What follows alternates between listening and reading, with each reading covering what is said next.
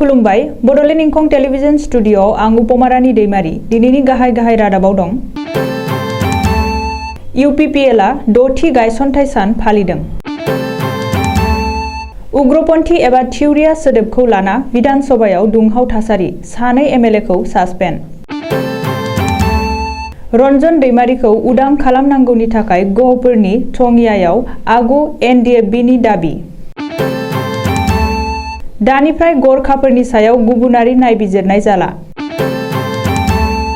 आसाम मिजोराम सिमनायारि दाङाबाजिखौ लाना दरनै रायजोनि मन्थ्रि थाखोआव सावरायदों। चिरांनि 3 नं सनापुर आरो राङापारायाव मैदेरनि दुम दाखालाव आबादारिफोरा हालाय हाफाय जानांदों। लकप्रिय गपिनाथ बरदलै बिरखं गाथोनाव आदानि ग्रुपनि गोख्रों बिथोन। आसामाव थांनाय 5 बोसोराव सुरां सिखारिफोरा मा 22 गान्दा गावथारदों। पाकिस्तानाव रांखावरिनि आंखाल, दाहार ब्रुं-ब्रुंजों सोरखारा लोरबां थोरबां। टकिअ अलिम्पिकआव भारतनि हौवासाफोरनि हकी हानजाया ब्रन्ज मेडेल देरहाबाय। दानिया आबुं रादाबखौ फरायदों जों दैजि मुसाहारि आरो उपमारानि दैमारिया।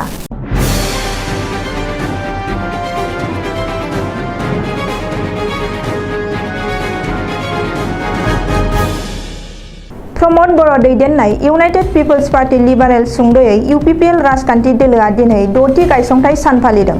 थांनाय 2015 मायथाइनि 5 आगस्तखालि दाजानाय UPPL दोलोआ दिनै आबुं 6 बोसोर जाबाय। मिरु UPPL दोलोआ दिनै क'क्राझार सहरनि साखाथियावनो थानाय बड'फा कालचारेल कमप्लेक्सआव सानसेनि हाबाफारिजों 6थि गायसनथाय सान फालिदों। हाबाफारि बादियै UPPL दोलोनि फिरफिलाखौ उरायहोयो दोलोनि आफादगिरि आरो BTCनि गाहाय प्रमद बर'आ आरो मुंख्लंफोरनो बिबार बावजेनो दोलोनि मावफुं आफादगिरि रोनगोरा नार्जारिया। दोलोनि 6थि गायसनथाय सान फालिनायजों लोब्बा लाना प्रमद बर'आ केक हाना सावरायमेलखौ बेखेवो आरो इयुनाव दोलोखौ माबोरै दैदेनलांगोन आरो राफोद खालामगोन बेफोरनि बागै गुवारै सावरायनाय जायो।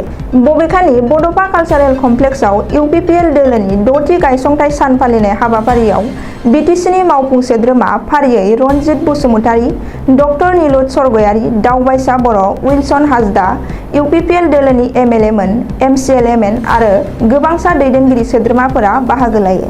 मिथिनो हानाय बादिब्ला UPPL दोलोनि गुबुन गुबुन जिल्ला आफाद आरो प्राइमारि आफादफोराबो दिनै दोलोनि 6थि गायसनथाय सानखौ गावबा गाव थाखोआव खुंदों। मख'नो गोनांदि दोलोनि गायसनथाय सान फालिनायाव खौरांगिरिजों मोगा-मोगियाव प्रमद बर'आ बुंदों दि बिटिआर गोरोबथानि गुबुन सासे सागानगिरि आरो बारग' NDFBनि गायसनगिरि आफादगिरि रन्जन दैमारिया बिटिआर गोरोबथानि गेजेरजोंनो उदां जागोन, नाथाय बेनि थाखाय सम नांगोन। NDFBनि दैदेनगिरि सोद्रोमाफोरनि केसफोरखौ बोखारनो थाखाय BTC खुंथायआ खामानि मावगासिनो दं। बबेखानि गिबि मन्थ्रि डक्टर हिमन्त बिश्व शर्मायाबो बे बिथिंखौ गोख्रोङैनो लादों होननानैबो प्रमद बर'आ बुंदों। ओरैहाय रायजोआव BJP, AGP आरो UPPLनि जथाय सोरखार, बेबादिनो BTCआव UPPL, BJP आरो GSPनि जथायारि सोरखार सोलिगासिनो दङ। बेनिखायनो बावैनो उफेरा बिसाथि खुंजानो गोनां गसाइगाव आरो तामुलपुर बियाबाव मित्रजोटनि बिजाथियानो देरहागोन होननानै दाबि खालामदों प्रमद बर'आ। सोलिगासिनो थानाय आसाम आयेन आफादनि रांबावजा जथुमाव दिनै दुंहाव थासारि। उग्रपन्थी एबा थिउरिया सोदोब बाहायनायखौ लानानै बिधान सभानि बुंथिगिरि बिश्वजित दैमारि आरो हेंथा दोलोनि सोद्रोमाफोरनि गेजेराव जादों बे दान्थे-बिदान्थे आरो एना-एनिया। मख'नो गोनांदि आसाम बिधान सभानि माखासे सोद्रोमाफोरा उग्रपन्थीनिख्रुइबो गाज्रिसिन होनना बुंथिगिरि बिश्वजित दैमारिया बुंनायखौ हेंथा दोलोनि दैदेनगिरि देबब्रत शइकियाया बोखांना लाफिननांगौ होनना दाबि खालामनायनि उनावनो दुंहाव थासारिया सोमजियो। बुंथिगिरिया उग्रपन्थी सोदोबनि ओंथिखौ गेबेङै बुंफोरना बुजायना होनायनि उनावबो बे सोदोबखौ रेकर्डनिफ्राय बोखारनो हेंथा दोलोनि सोद्रोमाफोरा दाबि खालामो आरो सदनाव गोख्रों सोमावसारो। उननि समाव बे थासारिया ओरैबायदि दुंहाव जायोदि बुंथिगिरि बिश्वजित दैमारिया कमलक्ष्य देबपुरकायस्थ आरो नुरुल हुदाखौ सदननिफ्राय होखारो आरो सदनखौ 15 मिनिटनि थाखाय दोनथ'नो गोनां जायो। नाथाय उननि समाव बुंथिगिरि बिश्वजित दैमारिया सदनाव उग्रपन्थी बुंनायखौ बोखांना लाफिनो आरो सदननिफ्राय होखारजानाय सानै सोद्रोमाखौबो सदनाव हाबबोफिननो होननानै मिथिनो होदों। बिश्वनाथ जिल्लानि गहपुर टंगियायाव आगु NDFBआ NDFBनि गायसनगिरि रन्जन दैमारिजों लोगोसे जोबथेसालियाव दासिमबो जोबनानै दोनजानायफोरखौ थाबैनो उदां खालामनांगौ होननानै दाबि खालामदों। आथिखालाव बिटिआर गोरोबथानि गासै दफाफोरखौ मावफुंनायजों लोगोसे बिटिआरनि सिमनाखौ गहपुरसिम बारायनांगौ होननानैबो दाबि खालामदों। बेनि अनगायैबो बिश्वनाथ जिल्लानि आगु एनडिएफबिआ आसाम सोरखारनिफ्राय मोननो गोनां एक्स ग्रेसियाखौ दासिमबो मोननो हायाखै। बेखायनो सोरखारा थाबैनो बैफोर जेंनाफोरखौ मावफुंनांगौ होननानै दाबि खालामदों। नङाब्ला उननि समाव गोख्रों सोमावसारगोन होननानैबो हुमखि होदों। आसाम सोरखारा नेपाली एबा गरखा हारिनि थाखाय मोनसे जर'खा खाबु होदों। आसामाव दानिफ्राय गरखाफोरनि सायाव गुबुनारिनि केस सोलिनाय नंलिया। फरेनार्स ट्रिब्युनाव गरखाफोरनि हेंथायै सोलिगासिनो थानाय केसफोरखौबो आसाम सोरखारा बोखांना लाफिनसिगोन। गिबि मन्थ्रि डक्टर हिमन्त बिश्व शर्मानि दैदेननायाव बुधबारखालि जथुमनाय केबिनेट मेलाव बे बिथांखिखौ लादों। मख'नो गोनांदि बुधबारखालि जथुमनाय आसाम सोरखारनि केबिनेट मेलाव गरखाफोरनि सायाव लानाय बे जर'खा बिथांखिनिफ्राय बे रोखा जाबायदि दानिफ्राय आसामाव सासेबो गुबुनारि गरखा थानाय नंला। आसामनि गासैबो गरखाफोरा थागिबि सुबुंनि गनायथि मोनबाय। आसाम मिज'राम सिमनायारि दाङाबाजिखौ लानानै दिनै दरनै रायजोनि गेजेराव मोनसे गोजौ थाखोनि सावरायमेल जुथुमदों। मिज'रामनि राजथावनि आइजलाव दिनै दरनै रायजोनि मन्थ्रि थाखोनि मोनसे सावरायमेल जानानै थाङो। गोजौ थाखोनि बे सावराय जथुमाव आसामनि जानानै बाहागो लायो आसाम सोरखारनि सानै केबिनेट मन्थ्रि फारियै अतुल बरा आरो अशोक सिंघाल। गिबि मन्थ्रि डक्टर हिमन्त बिश्व शर्मानि बिथोन बादियै मन्थ्रि अतुल बरा आरो अशोक सिंघालमोना दिनै सानजौफुआव गंसे स्पेसियेल उरांजों आइजलाव थांना सिमनायारि दाङाबाजिनि सायाव सावरायनाय गोजौ थाखोनि मेलाव बाहागो लाहैदों। बे सावराय जथुमाव मिज'राम सोरखारनिफ्राय नखर मन्थ्रिजों लोगोसे गुबुन गुबुन बिफाननि मन्थ्रि आरो थान्दैफोरा बाहागो लायो। मिथिनो हानाय बादिब्ला सिमनायारि जेंनाखौ लाना दरनै रायजोनि मन्थ्रि थाखोनि सावराय जथुमाव दरनैबो रायजोआ सिमनायारि ओनसोलाव गोजोन थासारि लाबोफिननायखौ नोजोर होयो आरो माखासे बिथांखिफोर लानाय जायो। बेनिनो दरनैबो रायजोआ सिमनायारि ओनसोलनिफ्राय रैखाथि बिफाननि जवानफोर थांनायखौ होबथायो। बबेखानि गोजोनखौ लाखिबाय थानो थाखाय सम सम दरनैबो रायजोनि जिल्ला बेंगिरि थाखोनि सावरायनायखौ लांबाय थानो थाखायबो थांखि लानाय जायो होननानै सुलुङाव फोरमायदों। चिरां जिल्लानि 3 नं सनापुर गामियाव हाग्रानि मैदेरा हरनि समाव फैनानै लबेन नार्जारिनि न'खौ सिफायफैदों। न'नि इन्जुरखौ सिफायनानै मैदेरा लबेन नार्जारिनि बस्थाब्रै माइ आरो माइरंखौ जायै जासे गोबां खहा खालामलांदों। मालायनाव खामला हाजिरा मावनानै खस्थ'जों दोनथुमनाय माइ माइरं जाजानायाव आथिखालाव लबेन नार्जारिया जोबोद दुखु मोनदों आरो बेखायनो खहा जानायखौ सुफुंनो थाखाय बिटिआर सोरखारनाव आर'ज गाबनानै खावलायदों। बेनि अनगायैबो राङापारा साल'नि गामियाव हाग्रानि मैदेर फालोआ सासे आबादारिनि 1.5 बिघा माइ गायनायखौ गाग्लिलांजोबनानै गोबां खहा खालामलांदों। गुवाहाटी लक्ष्मीप्रिय गपिनाथ बरदलै बिरखं गाथोनखौ 99 बोसोरनि थाखाय भारत सोरखारनिफ्राय लिजआव लाखांनायनि उनाव आदानि ग्रुप कम्पानिया गासैबो मावख' आरो क्वार्टारफोरखौ लांदां खालामनो बिथोन होनायाव लक्ष्मीप्रिय गपिनाथ बरदलै बिरखं गाथोननि थाखानाय मावफारियाफोरा हालाय हाफाय जानांदों। फैगौ 31 आगस्तनि गेजेरावनो गासैबो मावख'जों लोगोसे सिगांनि मावफारियाफोरा आवथायनाय सोरखारि न' एबा क्वार्टारफोरखौ लांदां खालामनांगौ होननानै मोनसे बिथोनलाइ फोसावदों। बे बिथोनलाइखौ मोननानै LGBI बिरखं गाथोननि मावफारियाफोरा जोबोद दुखु फोरमायनानै बुंदों दि आथिखालाव कर'नानि थाखाय थासारिया मोजां नङा। बेबायदि गुबुंले थासारियाव माबोरै एसेबां हरखाबै क्वार्टारफोरखौ लांदां खालामनो हास्लाबनांगौ होननानै मावफारियाफोरा खुद्रिदों।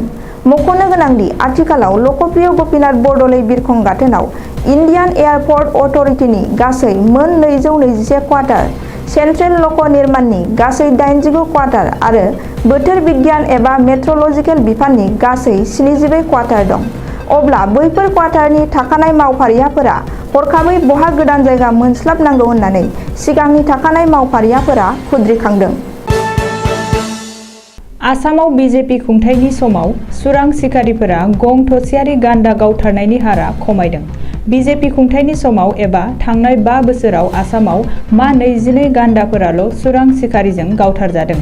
दिनै आसाम आयेन आफादनि रांबावजा जथुमाव AIUDFनि MLA सिराजुद्दिन आजमलनि सोंथिनि लिरनाय महरै फिन्नाय होनानै बे डाटाखौ फोरमायदों आसामनि हाग्रा आरो आबहावा बिफाननि मन्थ्रि परिमल शुक्ल बैद्यआ। बेजों लोगोसेनो सोरखारि डाटायाव थांनाय 5 बोसोरनि गेजेराव गान्दा गावथारनायनि हारा खमसिन होननानैबो हाग्रा बिफाननि मन्थ्रिया बुंदों। मन्त्रि शुक्ल बैद्यआ सदनाव फोरमायथिनाय बादिब्ला आसामाव 2017 मायथाइयाव मा 9, 2018 मायथाइयाव मा 7, 2019 मायथाइयाव मा 3, 2020 मायथाइयाव मा 2 गान्दाखौ सुरां सिखारिफोरा गावथारदों। बबेखानि सोलिफु 2021 मायथाइयाव दासिमबो मासेबो गान्दाया सुरां सिखारिनि आखायाव थैनाङाखै होननानैबो मन्थ्रिया बुंदों। मख'नो गोनांदि सिगांनि बिजेपि खुंथाय समनिफ्राय लाजेननानै 2021 मायथाइनि 1 जुन खालारसिम रायजोनाङै 644 सा सुरां सिखारिफोरखौ हमनो हादों होननानै हाग्रा बिफाननि मन्थ्रिया सदनाव फोरमायदों। इमरान खानजों दैदेनजानाय पाकिस्तान सोरखारा आथिखालाव रांखावरिनि आंखालाव गोग्लैनांदों। सोरखारनि खाजानाया लांदां जानायाव इमरान खाननि सोरखारा लोरबां थोरबां हालोदाव दङ। वर्ल्ड बेंकनि अनगायैबो गुबुन गुबुन हादोरनिफ्राय बांद्राय दाहार लानानै सोरखारखौ खुनुरुखुम सालायदोंमोनब्लाबो आथिखालाव गुबुन हादोरनिफ्रायबो दाहार मोननो गोब्राब जादों।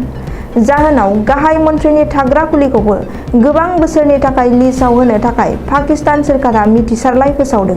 सुलुङाव फोरमायनाय बादिब्ला बेनि सिगाङावबो गाहाय मन्थ्रि इमरान खाननि गं 61 बिलाथि गारिखौबो फाननांबाय। आथिखालाव पाकिस्तान सोरखारा 116.3 बिलियन डलार साउदी आरबनिफ्राय दाहार लानाय दं आरो वर्ल्ड बेंकनिफ्राय 150 बिलियन डलार दाहार लाखानाय दङ। ओजोंहाय साउदी आरबा गावसिनि मोननो गोनां धोनखौ पाकिस्ताननिफ्राय बिफिनबाय होननानै सुलुङाव फोरमायदों। भारतनि हौवासाफोरनि हकी हानजाया दिनै टकिय' अलिम्पिकआव ब्रन्ज मेडेल देरहाबाय। जार्मानी हकी हानजाखौ 5-4 आव फेजेननानै 41 बोसोरनि उनाव हकीआव गिबि ब्रन्ज मेडेल देरहाबाय आरो भारतनि जारिमिन सोरजिबाय। बे देरहानाया भारतारिफोरनि रंजानायजों लोगोसे गोग्गानाय लाबोदों। ओजोंहाय भारतनि गाहाय मन्थ्रि नरेन्द्र मदिआ गावनि गोजोननायखौ टुइट खालामनानै फोरमायदों। दानिया बोथोरनि खौरां। गाबोन शुक्रबारखालिनि बड'लेण्डनि बोथोर। भारतनि बोथोर बिगियानख'नि सुलुं बादियै गाबोन शुक्रबार 6 आगस्तखालि बड'लेण्ड हालामनि अख्राङाव दोमैलुनायजों लोगोसे अखा हानाय आरो सान्दुंबो दुंनो हागौ। बड'लेण्डनि आवथायाव थानाय मोनब्रै जिल्लानि बोथोरनि गाबोननि सुलुंफोरा जाबाय फारियै क'क्राझार जिल्ला। गाबोन क'क्राझार जिल्लायाव बोथोरा 33 डिग्री सेल्सियास जागोन। चिरां जिल्ला। गाबोन चिरां जिल्लायाव बोथोरा 33 डिग्री सेल्सियास जागोन। बाक्सा जिल्ला। गाबोन बाक्सा जिल्लायाव बोथोरा 34 डिग्री सेल्सियास जागोन। अदालगुरि जिल्ला। गाबोन अदालगुरि जिल्लायावबो बोथोरा 34 डिग्री सेल्सियास जागोन। दिनैनि रादाबा एसेनोसै। गोजोन्थों। बड'लेण्ड इंखं टेलिभिजनाव आसाम आयेन आफाद जथुमनि लाइभ। 12 जुलाइनिफ्राय आसाम आयेन आफादनि रांबावजा जथुम्मा। फैगौ आगस्ट दाननि 13 अक्ट'हालागै जथुमनो लानाय आसाम आयेन आफादनि गासै हाबाफारिखौ बड'लेण्ड इंखं टेलिभिजना लाइभ फोसावगोन। मुंख'नो गोनांदि बड'लेण्ड इंखं टेलिभिजनखौ केबल लोगोसे इउटिउबआव आरो गुबुन गुबुन बिजोङाव टेलिकास्ट खालामनाय जायो। बड'लेण्ड इंखं टेलिभिजनाव आसाम आयेन आफाद जथुमनि लाइभ। 12 जुलाइनिफ्राय आसाम आयेन आफादनि रांबावजा जथुम्मा।